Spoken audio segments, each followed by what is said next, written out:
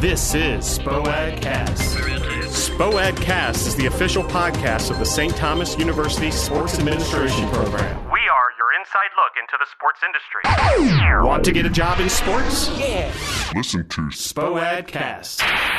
Welcome back to the Spo-Ad Cast. I am your host, Trevor Graham, alongside my buddy and co-host, Jason Fowler. Jason, how are you today? Good, man. How you doing? I'm good. How's vacation treating you? Oh, dude, I feel like I just woke up from a 10-year coma or something. I have so much energy now. Like, exams are over. I don't have to read another legal case or anything. I'm awake finally. Well, we got to move you into your new place the other day when it was about 187 degrees out. Yeah, pretty much. We did that. Yep. But that was a good time. Well, it's all set up now, though, so we're good. I'm excited to see it. Now we can get you over there, get in the pool, see some ladies for you. And you better not throw that couch away, ever. No, that couch is definitely remaining a part of that family for a long time. So. Let's tie up some loose ends from last week. First of all, we have a settlement reached in the D-Wade deal. Like I said, probably settlement was the root. Finally. The terms is just $5 million in addition to the Chicago mansion, 4 cars, and included is a non-disparage agreement where each party is prohibited from publicly degrading each other. That's great. It's about time, seriously. Hopefully D-Wade can just move on and really put it all behind him once and for all. Well, I think now is the final test to see if this lady is really crazy. Because if she comes and violates this agreement, then we'll really know for sure. We can go out on the record and say 100% the woman's nuts if she goes and violates this agreement. Because she just got paid big time, and she got paid for essentially nothing. Oh, so absolutely. She got very lucky. So.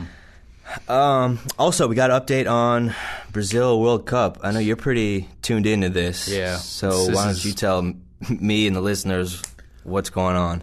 Brazil had we talked about this a few episodes ago, and we mentioned the test runs that FIFA required them to do. Right. So they recently hosted a game down there. I believe it was Mexico versus Italy to do their test run. Okay. And there were protests across the country in 100 cities. They had over 2 million people in the streets Protesting the World Cup.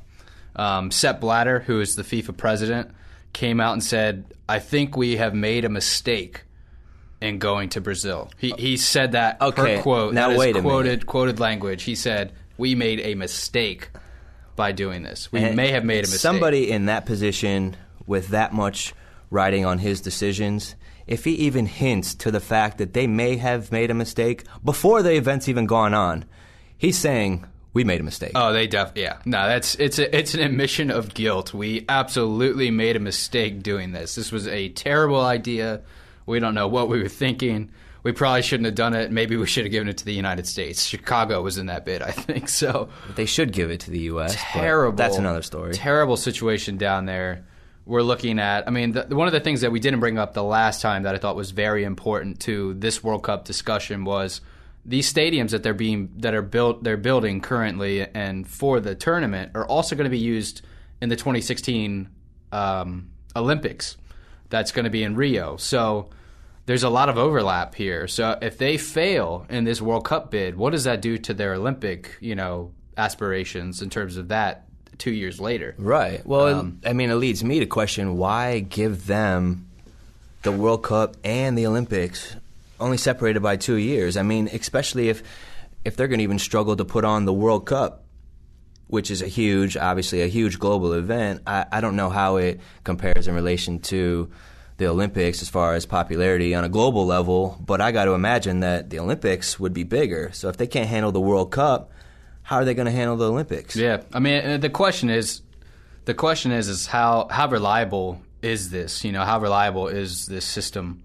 How reliable is their infrastructure and their citizens? I mean, I tell you right now, I'm afraid to go to Brazil. I don't want to go to Brazil, and that is not what you should want to feel when you're going to pay a lot of money to go to a place and spend a lot of money, to be honest. I mean, I'm not a big soccer fan. For a summer. I mean, it's a whole month. I mean, it's not like this is like a 2-day event. Like, I'm scared to go. I mean, and I'm not a soccer fan, but I mean, the only thing that would lead me to go to an event like this would be the allure of an event like this. Right, just a huge global event that everyone is watching, and I think it would be fun. But I I mean, there's no chance I'm going to Brazil. No. Just because No way. it's not worth me, I feel like, putting me and whoever I go with in danger. Yeah. I would not feel safe. Definitely. Yeah, it's definitely not a good situation. I mean, I don't know what's going to happen at this point. I mean, I feel like all the news that keeps coming out, it just keeps getting worse. I mean,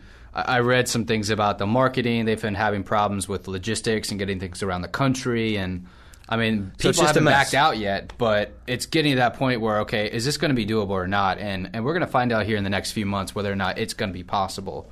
And hopefully it doesn't go that way. But Some related Olympic news, too. Russia, I saw that they have a projected cost for their Winter Olympics, and it is unbelievable. $60 billion is what they're projecting. Yep. Yeah, it's going to be the most expensive Olympics in history, in world history.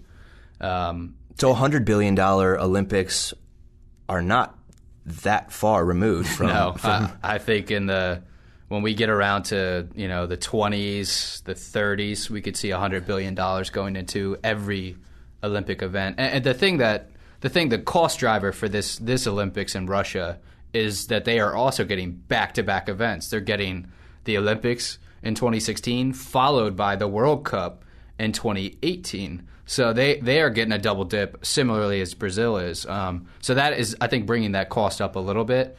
And they're also doing a lot of projects. For the Winter Olympics, the sports are so expensive to do that you're going to have extra costs. It's going to be more expensive than setting up a track field, to build the ski jumps, and the jumps and the half ice pipes, skating all that rinks stuff. and all that stuff is much more expensive.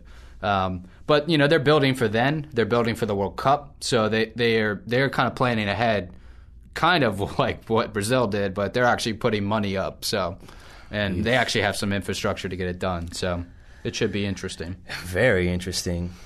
Okay, time to transition into a hot topic that really everyone is talking about, and we don't really like to do that on this show, but I feel like it's kind of worth noting what's going on with Ryan Braun and Baseball. Steroids. And what are we supposed to do about this? I mean, what is the MLB supposed to do about this? I don't know. I feel like we've gotten to a point in baseball where we either just say, okay, everyone go ahead and use it, or we have to do more from a policing standpoint to prevent people from using steroids. The thing that I don't think the common fan knows is that it's everywhere. It is in every facet of that game, and it's in other games too. So it's not like an attack on baseball. Football has the same problems, and that's one of my biggest issues is like what we know as fans is bad. Yeah. I mean, you can only assume we've just scratched the surface too. We do not know the inner workings of the clubhouse. We do not know what it's like at practice. We don't know what it's like when somebody comes out and is just hitting balls with their trainer, what happens pregame, what happens on the road, they're traveling. We have no idea what people can really be doing in terms of taking these drugs, which, let's be honest, they're very easy to administer. It's not like you need a medical staff of 15 people to do this. It's very simple to administer a steroid or even HGH. They have it in pill form. Well, we're getting so advanced that deer antler spray. I mean, simple things we're giving people big advantages. I mean, you think Ray Lewis, who is 37 years old, could have come back as fast as he did at his age and not been using something that was illegal? I mean, do you think RG3, my poster boy child of the Redskins? Hate to speculate, really do, but how does he do that? I mean, unbelievable how quickly they're recovering. These are not superhuman people. I mean, they are regular people. Granted, they're starting to make us believe otherwise. They're more athletic. They're certainly more athletic, and we see that. And obviously, an athlete will recover faster because they're used to that kind of body, the exchange of their bodies, and they're used to that kind of pain, heal. But in terms of these steroids, we can't be so blind to say that it's not real. I mean, it has to be real. I mean, it has to be a part of all of it. I mean, so on my perspective, I don't care. I mean, I really don't. I mean, why don't we just admit the fact that our athletes take steroids, and then we could just go from there, and then we could just love the game. These athletes are going to do it anyway, or they're going to be 3 steps ahead of the testing procedures anyway.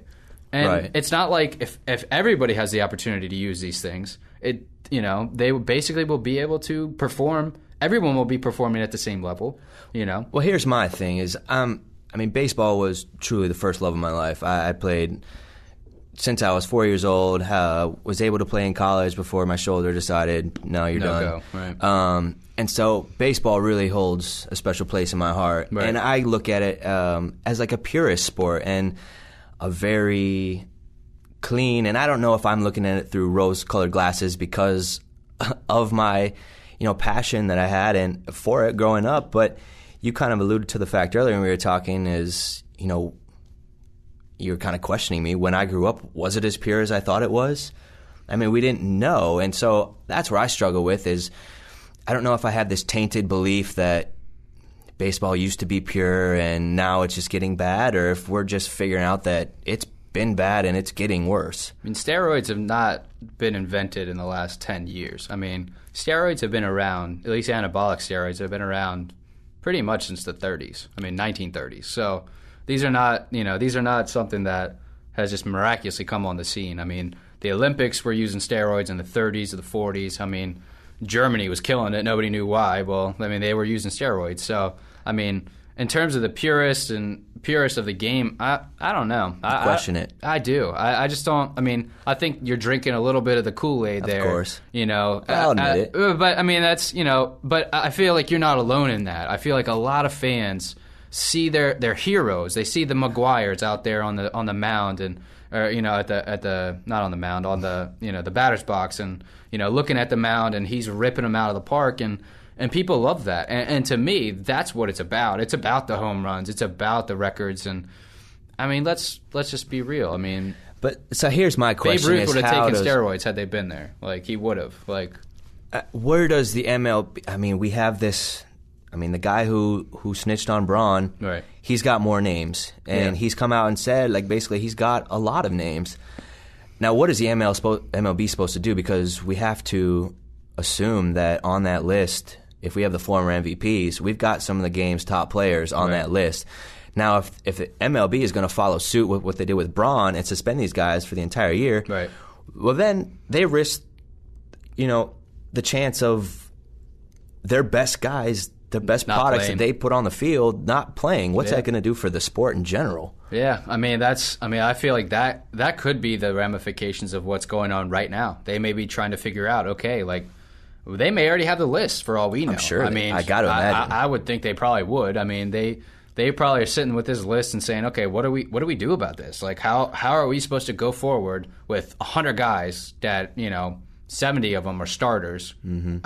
How do we sell this now? How do we sell this product that is built? I don't know why, but it's built on a system that we didn't predict would occur. That's why for me, I don't care. I have no problem with it. It just needs to be consistent. It's like cycling. It was the same problem with that with Lance Armstrong. I don't really care that you used it because the next person who didn't use it was about 27th or something. The top 27 guys were using steroids. What the hell does it really matter? When it comes down to it. So, I don't know.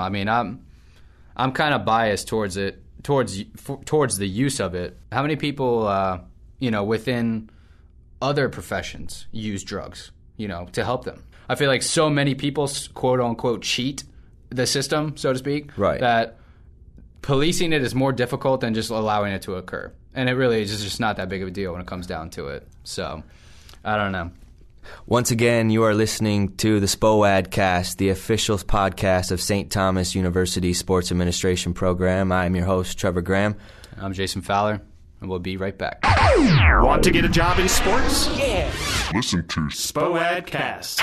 This is Phil DeMontmullen with your St. Thomas University Sports Administration update. Bill McGillis has been named the new athletic director at University of Southern Mississippi. McGillis was a 1996 graduate from the STU Sports Administration program and comes to University of Southern Mississippi from USF, University of South Florida. Closer to Miami Gardens, the Miami Dolphins have named Anthony Hunt, a 1994 graduate from St. Thomas, as their new director of pro personnel.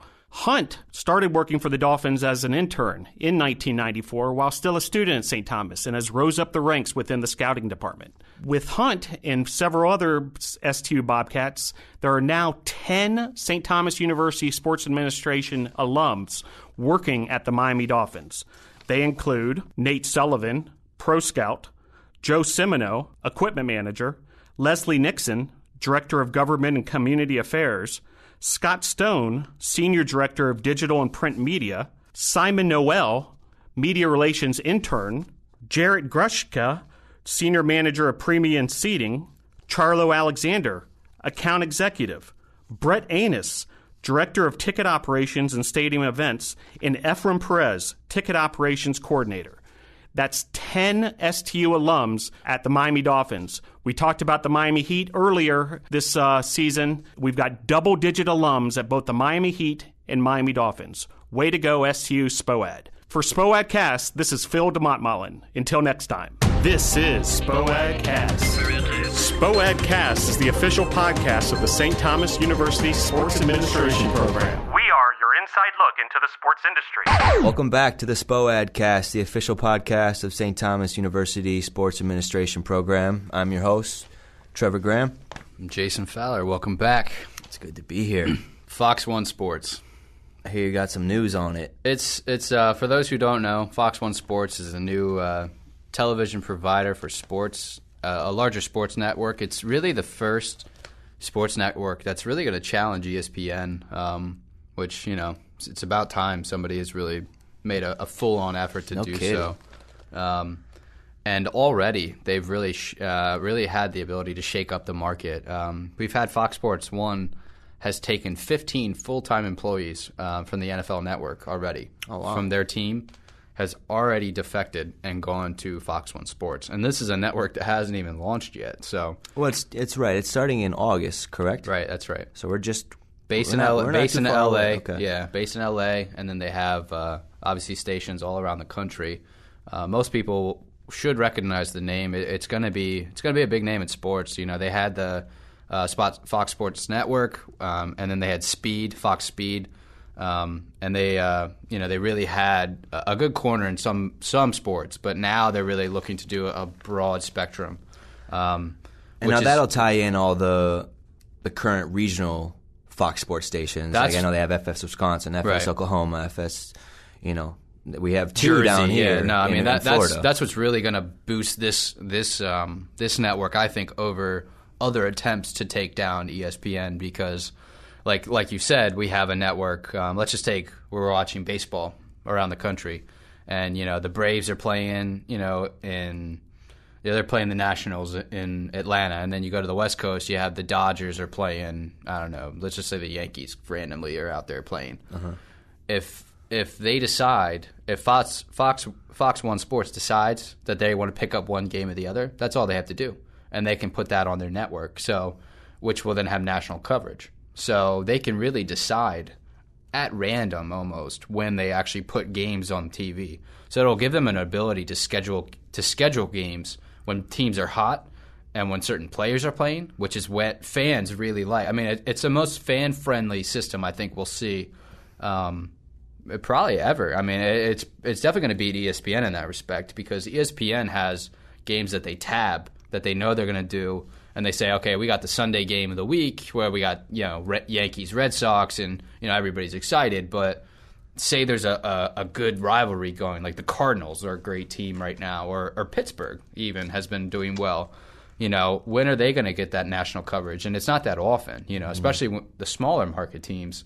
This is a great promotion for baseball and for all sports in general. But so where ESPN kind of locks in their games ahead of time, right. Fox Sports is going to have the ability to, like you said, Pittsburgh's playing well. Right. They can pick up Pittsburgh games. They can almost do it hot. Yeah, they can almost do it on the fly too. I mean, if they decide that week that Pittsburgh's starting pitchers aren't going to be great and it's not going to be that great of a game, well then they can just switch to another game and then do that nationally, cover that nationally. So that'll really change the landscape of viewing sports. Definitely. I mean, it's definitely much more driven towards fans, much more driven towards getting popular teams a chance to be on a national, coverage that previously didn't have. So it should be interesting to see how it applies maybe in the NBA, especially with small market teams that are actually getting better. Yeah. That could be really interesting. The Clippers could then now get big coverage if they somehow got in with the NBA and did deals. So it is a really interesting development in sports TV, and it'll be cool to see how it pans out. But now, are they working with ESPN as far as, like NFL Live is one of ESPN shows. It's every afternoon. Is Fox Sports going to offer, we can assume that they would have their own like their NFL, version, their version of that. Would they purposely put it at a different time? Oh, yeah, for sure. I mean, they've been very smart thus far. They've basically separated themselves in a way that when they do football, it's not going to be the times that that ESPN covers their football. So ESPN normally covers from 3 to 5 in the afternoon, depending on they have multiple shows that cover basically all football. Well, Fox Sports 1 is doing it at 6 o'clock, which I think is probably the best time to have it because people are getting out of work. It's the first thing they see when they come home, and they want to see football. So it should be interesting. Yeah, it'll be neat. It'll be something to keep tabs on, definitely. It's going to make a big splash. And the release date is August 17th, I believe, is when it's hitting airwaves. I'm hoping to get an internship, but we'll see how it pans out. So. Hopefully one of them's listening. Yeah. Moving on, the NCAA. Yep. A lot of buzz going on right now with the NCAA and what's going to happen in the future with it. It's beginning of the end in my eyes. And I'm right there with you. I think it was either last week or 2 weeks ago they came out that NCAA and EA Sports are no longer partnering for the college football game, which is big. When I saw that, I remember I shot you a message. It was like, looks like the NCAA is playing Jenga now, and they're just waiting for pieces to fall out before the whole thing comes crumbling down. Yeah, I mean, I think the NCAA football game really came into maybe other issues that wasn't necessarily showing that the league will break up. I mean, they're in a lawsuit right now for old players who have been featured on the game in terms of royalty rights and things like that.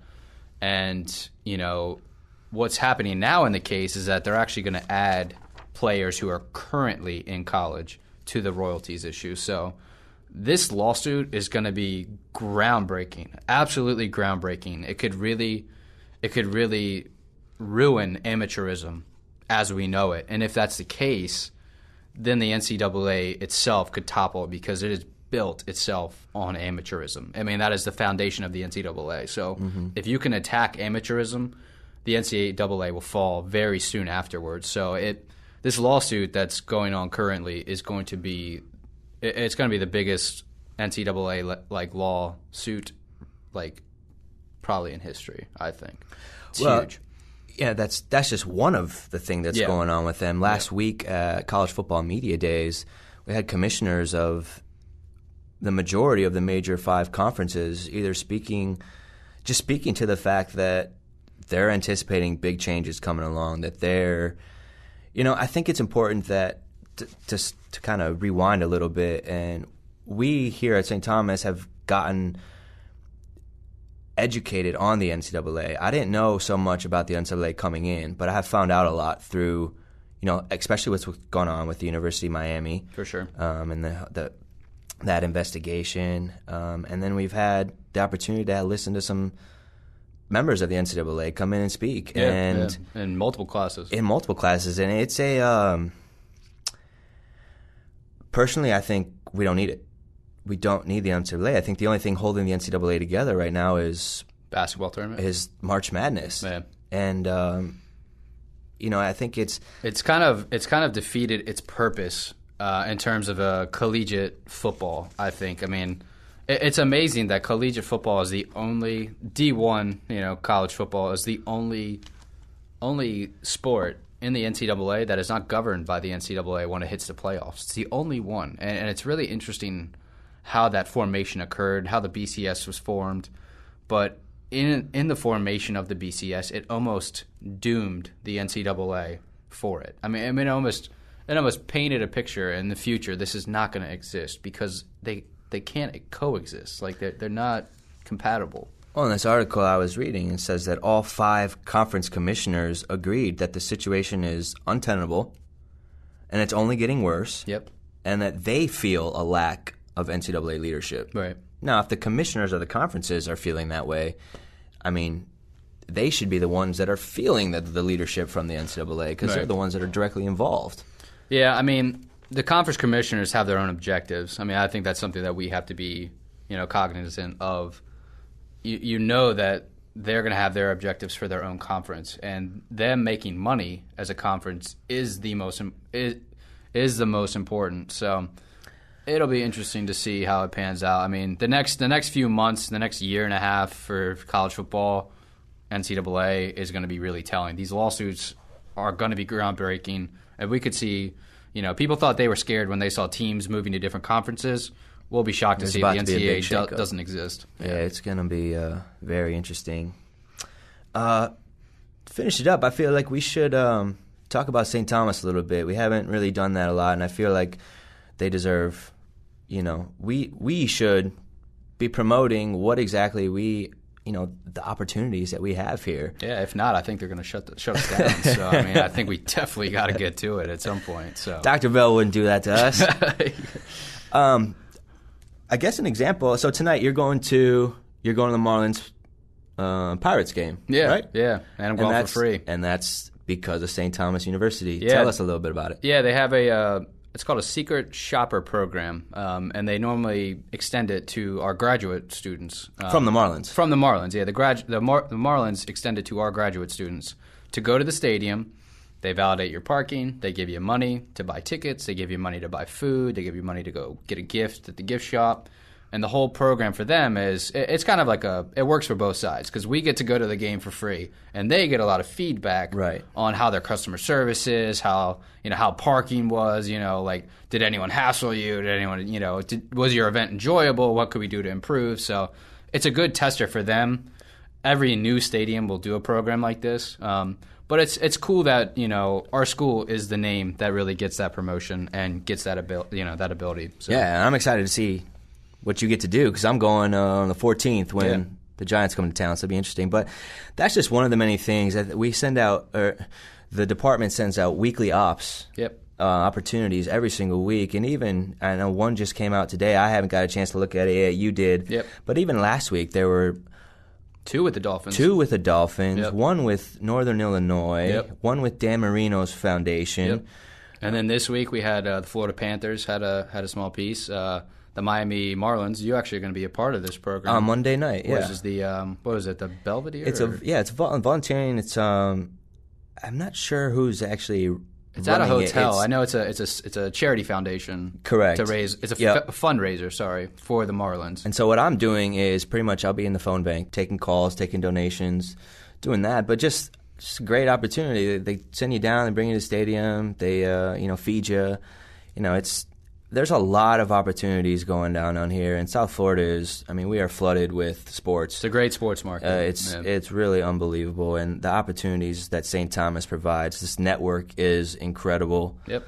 You heard it, and every week our show we talk about our alumni base, where they're going, what they're doing. And what we're going to start doing is bringing in our buddies, the ones that we're in school with, that are now getting internships, with the various sports teams and as the sports teams doesn't really even scratch the surface. There's just tons to do around here, but we're going to start bringing them on weekly and letting them share their experiences with the listeners. Yeah, I think that'd be great. Good, something to look forward to on the show. So, enjoy the game tonight. I have to take 10 seconds to say good luck to all the bar takers next week. Good luck. For all of us at St. Thomas, this is the Spo-Ad cast, the official podcast of St. Thomas University Sports Administration Program. I'm your host, Trevor Graham. I'm Jason Fowler. You can find us on Twitter, Facebook, and our website, which is linked, and our YouTube channel. Cheers, guys. This is Spo-Ad Cast. Spo-Ad Cast is the official podcast of the St. Thomas University Sports Administration Program. We are your inside look into the sports industry. Want to get a job in sports? Yeah. Listen to Spo-Ad Cast.